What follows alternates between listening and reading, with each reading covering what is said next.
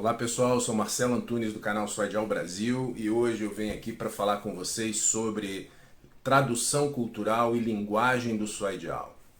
Esse é um tema que emergiu, né, das minhas observações de um campeonato nacional que houve no último fim de semana, onde tiveram competições de Swadial, né, lutas de Swadial. E eu acompanhei, obviamente, porque sou um interessado na modalidade, um praticante da modalidade, um professor da modalidade, um dirigente da modalidade, visto que eu, no momento, estou presidente da Confederação Brasileira de Swadial. Então, obviamente, competições de Swadial me interessam sobremaneira, né? E aí eu fiquei um pouco estimulado, um pouco não, muito estimulado, na verdade, né, em falar sobre o que aconteceu, né, sobre as lutas, sobre o evento Swadial especificamente, né? E aí eu fiquei pensando em como eu poderia, de forma didática, né, falar sobre o tema. Porque, na verdade, o que a gente objetiva aqui no canal e em todo o nosso trabalho com o Swadial é desenvolver a modalidade.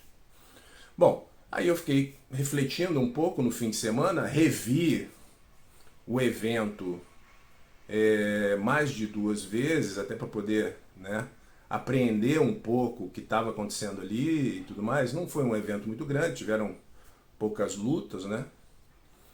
Mas coisas importantes aconteceram ali, né? E que dizem muito sobre a modalidade no nosso país. E aí eu fiquei pensando, como é que eu abordo esse tema, né? Porque é um tema sensível, né? Muito sensível para mim, inclusive. No primeiro momento eu fiquei assim, angustiado para falar, mas eu falei, não, calma. Você é um professor, não pode falar de primeira mão, né? E aí eu fiquei pensando e saquei que tem um processo de tradução do Swadial, né? E eu falei, o pessoal traduz mesmo, né? E como é que eu falo sobre isso? Eu falei, pô, cara, vamos usar o Peter Burke para falar sobre isso, que tem uma abordagem sobre a tradução cultural, né? E como é que isso se dá. E aí, pegando essa carona no Peter Burke, já indico o livro dele, Tradução Cultural, né? Organizado por ele, pelo Chia. O professor Peter Burke é um historiador famoso, ele foi professor de Cambridge, né? O professor Chia, ele é professor emérito da Universidade da Pensilvânia. Então são catedráticos, são pesquisadores, historiadores da mais alta envergadura. E eu costumo usar muito ele nos meus estudos e nas minhas orientações lá no programa de mestrado da UERJ, né? E aí eu falei, porra, eu acho que esse é o fio condutor, né? Então, pensando nisso, né, pensando na abordagem da tradução cultural, né, e como isso impacta na linguagem do Swadial, é que eu comecei a fazer as reflexões, né, que foram desencadeadas por esse evento. Então, esse campeonato nacional aconteceu entre os dias 8 e 12 de dezembro, né, de 2021, refresquinho agora, né, fim de semana. E lá tiveram várias modalidades, né, da arte marcial chinesa, e estava lá o Swadial. E aí eu comecei a observar que existe ali dois elementos importantes no que diz respeito à linguagem cultural do Swadial, linguagem do Swadial propriamente dita, né? E pensando no Swadial chinês, né? Não importa a escola, né? Porque Swadial chinês tem várias escolas, o que o meu mestre Ma Jianguo chama de sotaques, né? Tem vários sotaques. Eu vou falar disso num livro que eu estou escrevendo, que vai ser lançado no ano que vem, aguardem, né? Sem dar spoiler, mas esse é um tema que será abordado, né? Como essas escolas se caracterizam na China.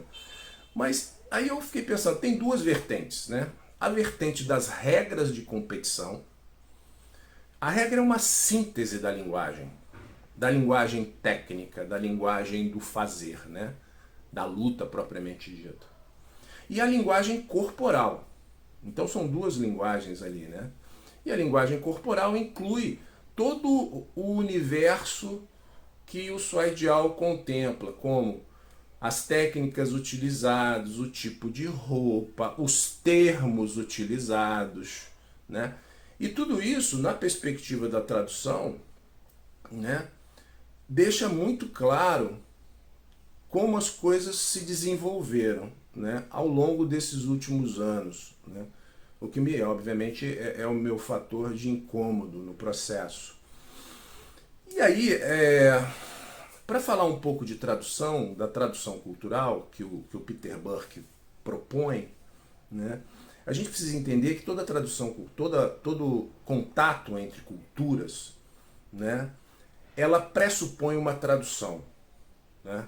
Imagina que eu estou aqui no Rio de Janeiro e aí recebo aqui na Universidade Federal Fluminense, onde eu trabalho, né, um professor das Filipinas, né?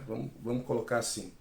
E ele, vem aqui para fazer um intercâmbio e ensinar uma modalidade de arte marcial dele lá, né, das Filipinas. E aí eu como aficionado em lutas, né, me aproximo do professor, ele não fala português, eu não falo filipino, né? Aí a gente já tem um processo. Eu nunca fui às Filipinas, essa é a primeira vez que o cara está vindo no Brasil, e aí a gente entra em contato. Então toda a nossa comunicação, toda a nossa transferência de informação, né, o intercâmbio, ele passa por um processo de interpretação e de tradução e de interpretação, né? Essa tradução ela é baseada nas culturas originais. Então eu traduzo para a cultura brasileira as informações que ele me passa, porque eu não tenho nenhum contato com a cultura dele. Então o que eu faço é uma tradução. Eu interpreto aquilo que eu tô tendo contato e vou fazendo traduções para eu poder lidar com aquele conhecimento, né? Bom, ele faz a mesma coisa, né? Porque ambos não falam os idiomas originais da cultura original. Ah, mas falamos inglês? Tudo bem, falamos inglês, mas o inglês também passa por um processo de interpretação e de tradução, né? Bom, dito isso, quanto mais próximo eu estou, né? Quanto mais próximo eu estou da cultura que está sendo transmitida a mim, melhor é a minha tradução. Eu vou aprimorando os meus entendimentos, né, através de uma interlocução direta, intensa.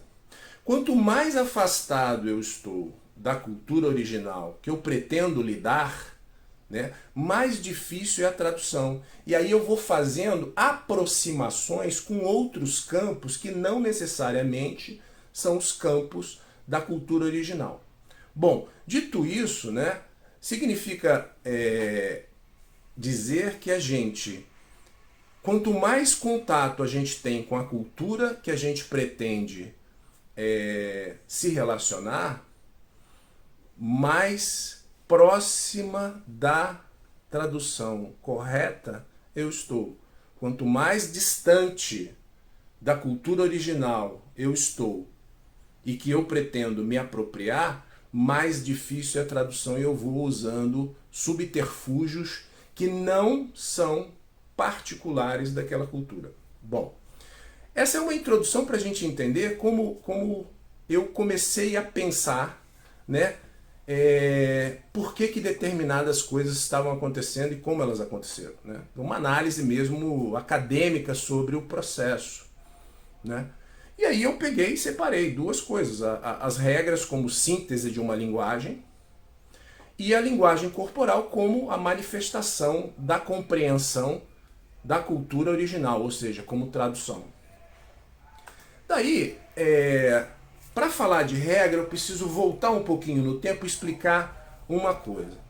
A partir de 2016, em 2016 especificamente, eu tenho um encontro, uma reunião do Centro de Gerenciamento de Esporte de Lutas da Administração Geral de Esporte Chinês. Nessa reunião eles estabeleceram o Comitê de Desenvolvimento da Luta Chinesa, né, ou do Suaidial, para o desenvolvimento da luta. Ou seja, esse Comitê de Desenvolvimento, né, que é montado a partir da Associação Chinesa de Soidial, ele tem a missão de fazer vários planejamentos e várias ações para o desenvolvimento do Soidial num período de 2017 a 2026, ou seja, eles planejaram aí 10 anos de trabalho à frente. Em 2016 planejaram um trabalho de 10 anos. E nesse processo inicial, uma das coisas que eles fizeram foi a renovação das regras de competição do Soidial, entre outros documentos que não convém falar aqui, né, porque o nosso tempo é curto, mas fizeram isso. Em 2017, então, a partir de 2018, a regra já é a regra mais atualizada, né? E eu presenciei esse novo modelo de... Eu já tinha contato com o documento em 2017, logo porque meu professor fica me atualizando com as coisas que estão acontecendo lá, e eu li a regra e falei, caramba, tem um monte de coisa. E em 2017 a gente tinha feito um campeonato com as regras antigas, né? E aí eu falei, porra, os próximos campeonatos tem que ser com regra nova, né? E aí, em 2019, quando eu fui a última vez para Beijing, a gente foi até Shanxi assistir um campeonato que durou uns 5 dias, né? Das categorias juvenil, né? E a regra já estava lá rolando e eu tive a possibilidade de participar de uma oficina de regras, conhecer a regra nova e ver as lutas em loco, a ação dos árbitros e tudo. Foi muito legal, foi uma experiência muito bacana, né? E aí a gente traz essas experiências com a gente e essa memória viva, né? E eu estou escrevendo um livro agora que também vai ter um capítulo sobre regras. E aí essas atualizações são atualizações que vão estar no livro. Bom, pensando nisso, eu falei, cara, eu fiquei assistindo o campeonato e falei, nossa, se as regras de competição são uma síntese da linguagem técnica da modalidade, olha só o que está acontecendo. Aí eu fiz umas observações específicas das regras, né? Principalmente sobre o que estava sendo usado naquele evento especificamente. E aí eu vi, área de competição. Caramba, área de competição adaptada do sandá. Ah, mas vamos falar que mas a gente não tem espaço, não tem isso, não tem aquilo, não tem equipamento. Bom, então a modalidade precisa de uma atenção específica da entidade promotora, né? Então eu não posso. A regra não permite, né, a regra chinesa atualizada não permite que uma competição de sandá ocorra numa plataforma. Por quê? É um equívoco para a segurança dos atletas, é um perigo. Atletas, cuidado, atletas, tá? É um perigo treinar, lutar soidial numa plataforma. Outra coisa é que o termo Leitai, ele é próprio para a plataforma, não é para o soidial, ele é próprio para o sandá. Ok, tudo bem, tá lá no sandá, bacana, beleza, tá certinho, mas no soidial não se chama Leitai, né? E aí... Pensando nessa coisa da segurança, coincidentemente, na última luta, uma luta entre Minas Gerais e Espírito Santo, se não me engano, o atleta caiu para fora da plataforma e bateu o rosto na quina da plataforma. Saiu ali, podia ter sido um acidente muito sério. Eu não sei como o atleta ficou, né? Ele segurou a onda, mas eu vi que durante a luta toda hora ele botava a mão no rosto. Eu falei, caramba, machucou. Podia ter sido um acidente muito sério, né? E isso... ataca diretamente a integridade dos atletas. Como o soidial, um dos lemas do soidial é segurança em primeiro lugar, aí a gente já tem um grande problema, né? Só para dar uma ilustrada no que eu estou falando, né, dessa coisa da inapropriação, o nome da área de competição do soidial chama Jiaoqiang. Jiaoqiang, campo de luta. Esse campo de luta faz uma referência às tradições do soidial, cara. Então, assim, eu não posso perder isso de vista. É um termo importante, porque ele faz uma referência, né? Posso explicar isso num outro vídeo, né? Mas é isso, né? Bom, outro ponto que eu observei foram os uniformes. Não tinha padrão, né? E o padrão de competição para uniforme está instituído desde a regra que estava vigente até 2016, ou seja, bastante tempo. Então a gente via ali um monte de coisa conjugado, colete emprestado, né? Cores diferentes, azul, todo vermelho, branco e calça preta, colete vermelho com colete azul com calça branca, enfim, fora do padrão, né? O padrão oficial das regras dessa atual e da anterior vigente até 2016, né? É uniforme todo branco, né? E aí com as listrinhas, as listras, dizendo qual é o lado, se é vermelho ou azul, né? Esse é o padrão. E hoje, atletas, professores, olha, é muito fácil comprar um Diaui completo, oficial. No AliExpress tem, eu vou botar aqui uns links para vocês na descrição do vídeo, só para vocês terem acesso a isso. Cara, é muito fácil, é barato de comprar, chega em 30, 60 dias para vocês. É um negócio fantástico. Eu não estou fazendo propaganda do AliExpress, todo mundo pode comprar em qualquer lugar, mandar fazer. Mas, pô, vamos observar os padrões da regra, né? É legal para a modalidade fica mais visual, mais padronizada. Todo esporte que se desenvolveu adotou padronizações como esporte, né? Então, pô, como esporte, vamos adotar padronização, vamos usar o calçado correto, o Diaui correto. Pô, eu tenho inclusive um vídeo, vou botar aqui para vocês um vídeo que fala sobre uniforme. Aproveita para assistir o vídeo e pô, entender um pouco mais disso, né? Bom, pontuação. Vamos falar da pontuação rapidamente. Não existe mais pontuação de 2 pontos. Ou é 1 ponto ou são 3. 3, né? 3 assim, ó. Legal, braço estendido lá em cima, 3, né? E 1, né? Aqui na lateral, ok. Não tem mais 2 pontos. Então, assim, a regra está desatualizada. Gente, por favor, dirigentes, professores, pô, vamos, né, atualizar. A regra está disponível na internet. Ah, tem que fazer uma traduçãozinha do chinês pro português? Tem, claro. Pô, contrata alguém. As confederações têm verba para isso. Tem, inclusive, pessoas que fazem isso. A gente já tem a nossa tradução aqui, a gente já fez esse exercício, né? Na Confederação Brasileira de Soidial. Então a gente está super atualizado com isso. Gente, não tem mais queda, mais de 2 pontos. Não tem, não existe, tá bom? Ok. Outra coisa, não existe queda perfeita. Gente, não tem queda perfeita.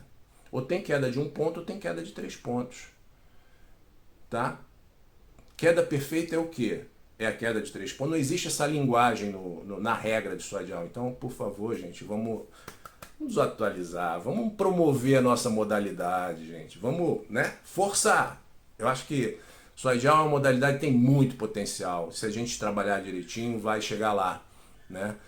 Outra coisa importante que foi sinalizado lá, não tem caiu de frente, de lado, de costa. Isso não altera a pontuação. O que altera a pontuação é se o oponente que derrubou, que projetou, permanece equilibrado de pé, ou se ele faz uma queda em desequilíbrio, cai junto, ou ele faz uma queda em sacrifício. Se caiu de lado, de frente, de costa, não importa, tá? Então não tem essa coisa, caiu de costa, o ponto é não sei. Não tem isso, tá legal? Bom, outra coisa importante, não existe árbitro central, o nome não é árbitro central. Nunca foi. O nome é árbitro de campo, porque é o árbitro que está no campo, no jiaochang, no campo de luta. Então, ele não pode ser o árbitro central, ele é um árbitro de campo. O termo é árbitro de campo, tá? E, enfim, essas coisinhas são importantes para como a gente comunica a nossa modalidade, né? Como a gente fala sobre essa modalidade. E por último, né, uma coisa que estava muito lá presente, né, que é, o cara está segurando a luta. Não, o cara segurou a luta. Não, ele não segurou a luta, ele está em passividade. E passível de punição. A luta do Soidial, ela é dinâmica, todo mundo sabe disso, então ela é corrida, não tem parada. É o tempo todo ali, né? Então, passividade é uma coisa que os árbitros estão o tempo todo punindo mesmo, né? É importante, não tem esse negócio de ficar amarrando a luta. Amarrou a luta, punição. E lá amarrou a luta muito, né? O árbitro não agiu nessa direção, né? A diferença agora de disparidade técnica não é mais 8 pontos. Era 10, foi para 8, agora diminuiu, são 6, tá, galera? Se liga aí, bicho. Falou, gente. Bom, vou deixar os links aqui embaixo para vocês do Diaui, né? E vou deixar o link do AliExpress também, que é interessante. Bom, completando aqui, né, para esse meu comentário das regras de competição, né, é importante sinalizar que os árbitros têm um comportamento. Então, quando o árbitro faz assim, ó, isso é do Sandá, é cacoete do Sandá, não é cacoete do Soidial. O Soidial não faz isso, o Soidial aponta para a direção do atleta e marca a pontuação, tá? Enfim. Outra coisa importante é um termo que não existe chamado técnica limpa. Isso não tem técnica limpa, isso não existe na linguagem das regras do Soidial. Isso o cara ficou de pé, técnica limpa, e quando o cara aplica uma técnica de sacrifício muito boa, que pontua, essa também não é uma técnica limpa, né? O que é técnica limpa? Cuidado com as criações de palavras. Também, Soidial é uma modalidade que tem muito jogo, é um jogo. Então a finta, ela é um elemento importante para o Soidial. Então esse negócio de falso ataque é uma linguagem de outros lugares, não é do Soidial. Tem um monte de falso ataque. Eu entro numa queda de quadril e reverto com um Xiao-Dan-Han, por exemplo, né? Isso é muito comum. Eu entro com uma técnica de quadril e faço um Zen, por exemplo. Então, tem bastante coisa aí, né? E aí, essas linguagens das regras, elas vão sendo trazidas de outros ambientes, como o judô, por exemplo. É muito notório que tem um cacuete ali, uma tradução, né? De novo, uma tradução baseada em coisas que a gente conhece mais. Então, a linguagem do judô estava muito presente na regra do Soidial, isso dava para notar. E a linguagem do Sandá também estava muito presente ali na regra do Soidial. Então, essas traduções, elas demonstram, talvez, um afastamento da modalidade original, né? Então, assim, compreensões baseadas em outras perspectivas, né? Assim, para fechar, né, esse vídeo, eu acho que a gente precisa entender um pouco sobre o que a gente tá, por que a gente está assim, né? É um afastamento do conhecimento original, sabe? É por não saber e não se apropriar disso. E se você não sabe, não tem problema. Tem uma série de formas da gente buscar esse conhecimento, tá aí disponível. Não acessa quem não quer, né? E por que não se atualizar, gente? Pessoal que quer promover o Soidial, se atualizem. Fiquem ligados na modalidade, né? Essa coisa da gente ficar em várias frentes de batalha, a filosofia chinesa já fala, né? Que quanto mais frentes de batalha você abre, mais a derrota é iminente. Então, assim, foca no Soidial. Trabalhe o Soidial, ele tem muito potencial. Ele está embrionário, né? Cuidado com as fontes erradas, bicho. Quem está te passando essa informação, né? Quem está te dando essa informação, né? De onde está vindo essa informação? Eu posso dizer que a minha informação vem da China, e no entanto ela vem dos Estados Unidos, e eu dou uma mascarada aqui e digo que vem da China. Pô, sabe, uma entidade nacional precisa, né, ter atenção com essas coisas, o zelo pelas modalidades, né? Eu acho que é muito trabalho, eu entendo, é muito trabalho, muitas frentes para tocar, mas é necessário esse zelo com a modalidade, né? E, por fim, eu acho que muita coisa acontece pelo processo de formação que se estabeleceu no Brasil, né? Não em todos os lugares, mas em alguns lugares, intensamente, na formação e certificação de fim de semana. Eu acho que isso tem um impacto nocivo para a modalidade, já falei sobre isso em vídeos anteriores, né? E a gente precisa ter atenção nisso. Uma formação numa arte marcial requer muito tempo, muita prática e orientação constante de professores gabaritados, qualificados, né? Então fica aí a minha dica, pessoal. Qualquer coisa, estamos por aqui. Espero que tenham gostado desse vídeo. Se gostaram, dá um like aí que a gente fica feliz, né? E não se esquece de se inscrever no canal e tocar o sininho para receber as novidades, ok? Um abraço e até o próximo vídeo.